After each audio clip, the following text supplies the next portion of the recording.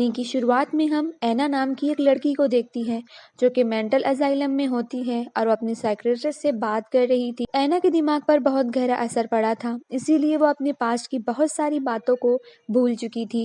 वो अपने साइकियाट्रिस्ट को बताना शुरू करती है कि आज से ठीक 10 महीना पहले जब मैं जंगल में अपने दोस्तों के साथ पार्टी एंजॉय कर रही थी, यहाँ पर मेरे बॉयफ्रेंड के साथ मेरी बहस हो गई और मैं पार्टी को छोड़कर अपने घर जाने लगी। तभी मुझे रास्ते में 3 गार्बेज बैग दिखाई दिया। मैं उस बैग के पास गई और उन बैग को खोल कर देखा तो उसमें 3 बच्चों की लाशें थीं। ये देखकर मैं बुरी तरह से डर गई और भागकर अपने घर की तरफ जाने लगी, जहाँ पर मेरी मॉम, जो कि पूरी तरह से पैरालाइज है, वो अपनी जगह से हिल भी नहीं सकती और ना ही कुछ बोल सकती हैं। उनके हाथ में एक घंटी बंधी हुई है। उन्हें जब कोई चीज़ की ज़रूरत होती है तो वो उसे बजाकर हमें अपने पास बुलाती है और मैंने देखा कि मेरे मॉम का अलार्म बज रहा था। इसका मतलब ये था कि उनकी नर्स उनके पास नहीं थी और जब मैं चेक करने के लिए नर्स के कमरे में गई तो मैंने देखा लॉक होल से खून निकल रहा था और तभी वहाँ पर एक बहुत बड़ा ब्लास्ट हुआ जिसके अंदर मेरी मॉम की डेथ हो गई। कहानी वापस से प्रेजेंट टाइम में आती है, जहाँ पर ऐना का साइकियाट्रिस्ट उससे कहता है कि अब वो घर जा सकती है, वो पूरी तरह से ठीक हो चुकी है। ये बात सुनकर ऐना बहुत ज़्यादा खुश हो जाती है और अपने फादर के साथ घर जाने लगती है। लेकिन तभी रास्ते में ऐना को एक लड़की मिलती है जो कि एक मेंटल पेशेंट थी और वो ऐना से कहती है कि तुम चली जाओगी तो मेरी कहानियाँ कौन सुनेगा। ऐना इसकी बातों को इग्नोर करके अपने फादर के साथ कार में बैठकर अपने घर चली जाती है, जहाँ पर इसकी सिस्टर एलेक्स और इसकी मॉम की नर्स रिचल्स इसका वेट कर रहे थे। रिचल इससे बताती है कि उसने उसके आने की खुशी में आज रात एक पार्टी रखी है, लेकिन ऐना इसकी बातों को इग्नोर करके अपने सिस्टर एलेक्स के पास जाती है जो कि स्विमिंग कर रही थी।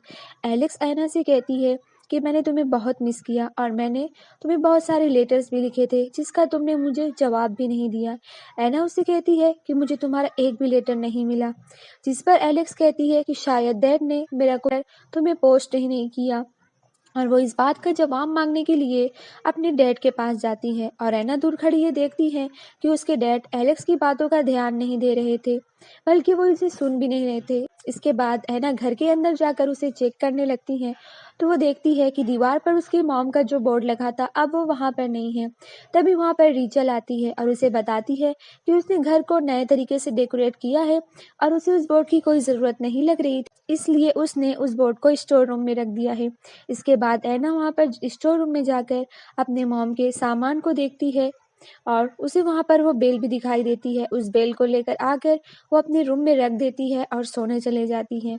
लेकिन जब ऐना सो रही थी तो उसका दरवाज़ा अपने आप ही खुल जाता है और हम देखते हैं कि खून से लदे हुए 2 हाथ ऐना के ऊपर हमला करते हैं। ये देखकर ऐना बुरी तरह से डर जाती है और ज़ोर से चिल्लाती है। इसके चिल्लाने की आवाज़ सुनकर वहाँ पर एलेक्स आती हैं।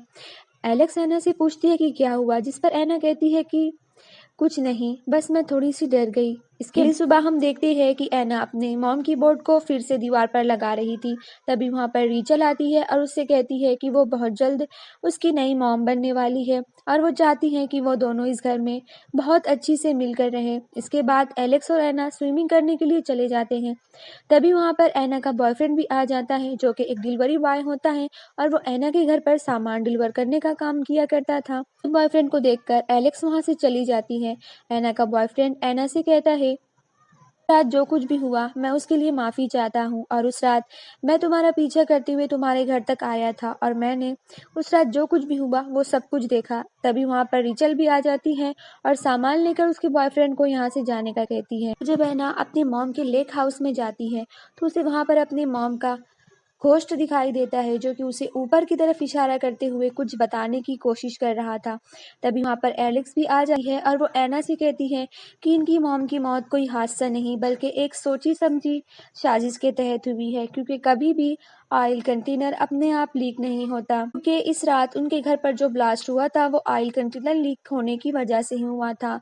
और एलेक्स ऐना से कहती है कि उसे रीचल पर शक है, वो और उसके फादर मिलकर मॉम को धोखा दे रहे थे। अगली सुबह रीचल ऐना से कहती है कि क्या वो इसके साथ मार्केट चलेंगी और यहाँ पर ऐना के साथ एलेक्स भी मौजूद होती है। वो ऐना से कहती है कि वो रिचल के साथ मार्केट चली जाए ताकि वो उसके कमरे की तलाशी ले सके और इसके खिलाफ कोई सबूत मिल जाए तो वो इसे जाकर पुलिस में दे दे। इसके बाद एना रिचल के साथ मार्केट में चली जाती है और वो दोनों एक रेस्टोरेंट में बैठे होते हैं। तभी एना को अपना बॉयफ्रेंड दिखाई देता है और वो इसके पीछे ये पूछने के लिए कि उस रात क्या हुआ था, क्योंकि एना उस रात के बारे में बहुत सारी बातें भूल चुकी थी। इसीलिए वो अपने बॉयफ्रेंड से पूछना चाहती थी कि आखिर उस रात क्या हुआ था। उसका बॉयफ्रेंड उसे कहता है कि वो अभी बिजी है और वो रात में आकर उसे सारी बात बताएगा। तभी वहाँ रिचल भी आ जाती है और वो उसके बॉयफ्रेंड से कहती है कि आज के बाद तुम्हें हमारे घर आने की ज़रूरत नहीं, हम अपना सामान लेने खुद आ जाएं। यानी ऐसा लग रहा था कि वो उसके बॉयफ्रेंड को बिल्कुल भी पसंद नहीं करती। इसके बाद जब ऐना घर पर आती है तो वो रिचल के रूम में जाकर देखती है जहाँ पर एलेक्स पहले से मौजूद होती है और वो इसे बताती है कि उसे यहाँ पर एक बैग दिखा जिसके अंदर बहुत ज़्यादा नशीले इंजेक्शन थे और इन दोनों को ऐसा लगता है कि ये इंजेक्शन रिचल उनकी मॉम को लगाया करती थी। इसको है ना एलेक्स के साथ मिलकर अपने बॉयफ्रेंड के आने का वेट करते हैं, लेकिन वो वहाँ पर नहीं आता। इसके बाद वो दोनों अंदर आकर सो जाते हैं और जब ऐना सो रही होती है तो अचानक खिड़की से इसका बॉयफ्रेंड अंदर आता है और ऐना उससे बातें करने लगती है, लेकिन तभी उसकी बॉयफ्रेंड की बॉडी अपने आप ही अकड़ने लगती है। ये देखकर ऐना बहुत बुरी तरह से डर जाती है और वो कमरे से बाहर निकलकर दरवाज़ा बंद कर देती है। लेकिन इसके बाद ऐना की आंख भी खुल जाती है और हम देखते हैं कि ऐना सिर्फ और सिर्फ एक ख्वाब देख रही थी। इसके बाद जब सुबह होती है तो ऐना देखती है पुलिस किसी की बॉडी को पानी से निकाल रही है और वो बाहर आकर देखती है तो ये डेड बॉडी उसके बॉयफ्रेंड की होती है, यानी कि अब उसका बॉयफ्रेंड भी मर चुका है। ऐना और एलेक्स को लगता है कि उसके बॉयफ्रेंड को भी रिचल ने ही मारा है, इसीलिए वो दोनों ये फैसला करते हैं कि वो रिचल की इंक्वायरी निकालेंगे। और जब वो लोग रिचल की इंक्वायरी निकालना शुरू करते हैं तो किसी भी हॉस्पिटल में इसके नाम की डिटेल मौजूद नहीं होती। इसका मतलब यही था कि रिचल ने अपना नाम बदला था। इसके बाद ऐना रिचल के कमरे में जाती है और बातों ही बातों में उससे पूछती है कि क्या उसने सच में अपना नाम बदला है, क्योंकि इसके नाम की डिटेल कोई भी हॉस्पिटल में मौजूद नहीं। जिस पर रिचल को गुस्सा आ जाता है और वो ऐना से कहती है कि मुझे लगता है शायद तुम्हें हमें अभी मेंटल हॉस्पिटल से वापस नहीं लाना चाहिए था।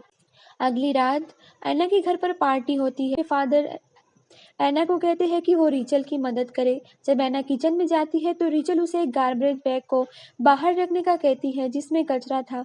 ऐना देखती है कि वो गार्बेज बैग अपने आप ही हिल रहा है। तो उस गार्बेज बैग के पास जाकर उसे खोलती है तो उसमें से एक लड़की का घोस्ट निकल कर आता है और इसे डराने लगता है और वो घोस्ट उससे कहता है कि अगली बारी तुम्हारी है।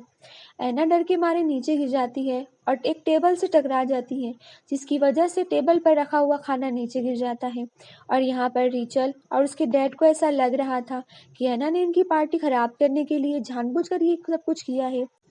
पार्टी खत्म होने के बाद ऐना अपने डैड के कमरे में आती है और उनसे कहती है कि रिचल एक अच्छी इंसान नहीं और उसने अपना नाम भी बदला है और वो हमें धोखा दे रही है।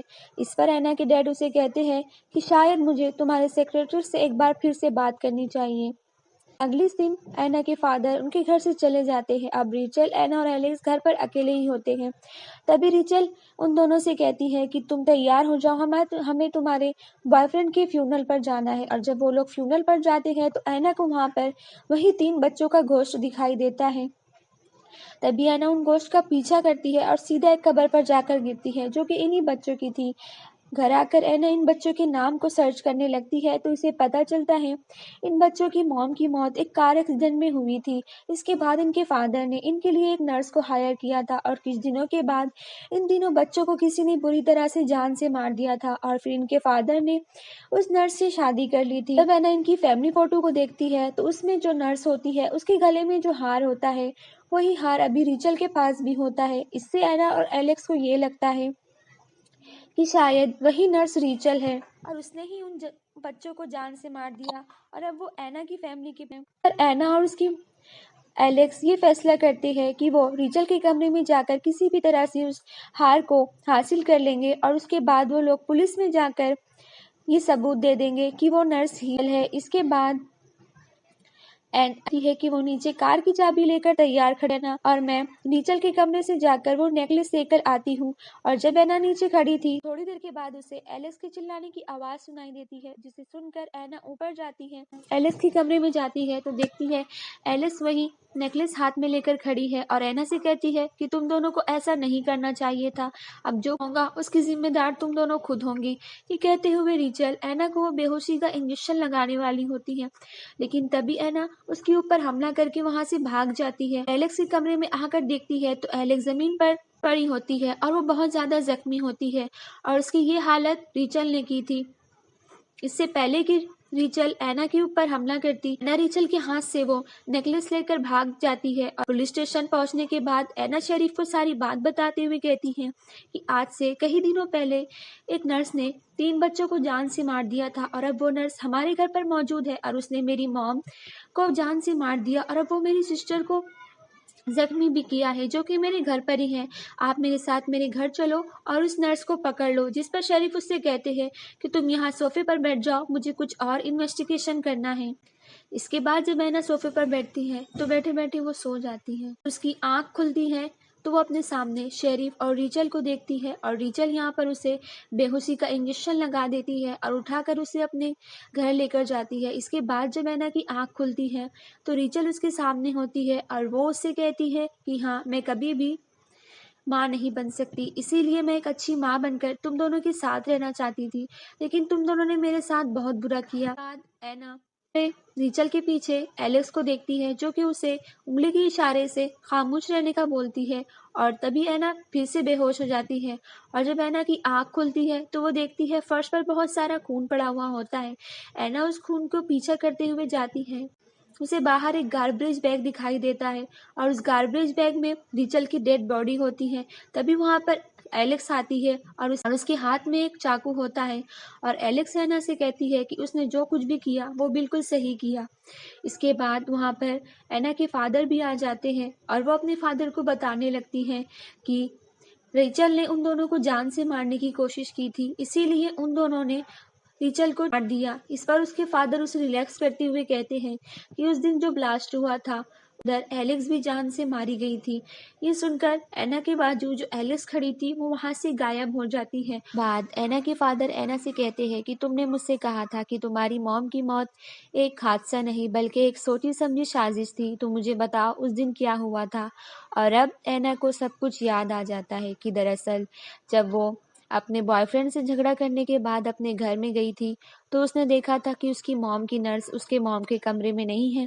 इसीलिए वो नर्स के कमरे को चेक करने गई तो उसने लॉक होल से जो देखा था तो वो ये था कि वो फादर और रिचल्स एक दूसरे के साथ इंटीमेट हो रहे थे। ये देखकर ऐना को बहुत ज़्यादा गुस्सा आ जाता है और वो इन्हें मारने के बारे में सोचते हुए उनके मॉम के लेक हाउस में जाती है और वहां जाकर ऑयल कंटेनर से ऑयल निकालने लगती है। लेकिन तभी वहां पर एलेक्स आ जाती है जिसे देखकर ऐना वहां से चली जाती है और हम देखते हैं कि ऐना ऑयल कंटेनर को अच्छी से बंद नहीं करती और उसमें से अभी भी ऑयल निकल रहा था। और जब ऐना दरवाज़ा बंद करके जाती है तो वहाँ पर एक लैंप रखा होता है और ऐना के दरवाज़ा बंद करने की वजह से वो लैंप नीचे गिर जाता है और इधर ऑयल कंटेनर से अभी भी ऑयल निकल रहा था और ऐना और एलेक्स लेक हाउस से बाहर आ जाते हैं। लेकिन तभी ही मॉम का अलार्म बजता है जिसे सुनकर एलेक्स लेक हाउस में जाती है और तभी वहाँ पर एक बहुत बड़ा ब्लास्ट होता है जिसमें एलेक्स और ऐना की मॉम दोनों ही मर जाते हैं। दरअसल ऐना अपने फादर और नर्स को जलाकर मार देना चाहती थी और क्योंकि ये सब कुछ ऐना की गलती की वजह से ही हुआ था, इसीलिए ऐना ये सदमा बर्दाश्त नहीं कर पाती और वो थोड़ी सी पागल हो जाती है। को उसका बॉयफ्रेंड भी उससे मिलने आया था और वो उसे यही सच बता रहा था जिसे मानने से ऐना इनकार कर रही थी और गुस्से में आकर अपने बॉयफ्रेंड को धक्का दे दिया जिसकी वजह से वो नीचे पानी में गिर गया और उसकी वहीं पर मौत हो गई। और रही बात वो 3 बच्चों और नर्स की कहानी की तो वो ये थी कि हमने शुरुआत में जिस लड़की को देखा था और वो लड़की ऐना से कहती है कि तुम चली जाओगी तो मेरी कहानियां कौन सुनेगा, यानी कि वो नर्स थी जिसने उन बच्चों को जान से मारा था। उसी की कहानी को दिमाग में रखते हुए ऐना ने ये सारी इमेजिनेशन क्रिएट की और रिचल को जान से मार दिया, यानी कि रिचल यहाँ पर पूरी तरह से बेकसूर थी। हम देखते हैं कि ऐना को वापस से उसी मेंटल असाइलम में भेज दिया जाता है जहाँ से वो मूवी की शुरुआत में आई।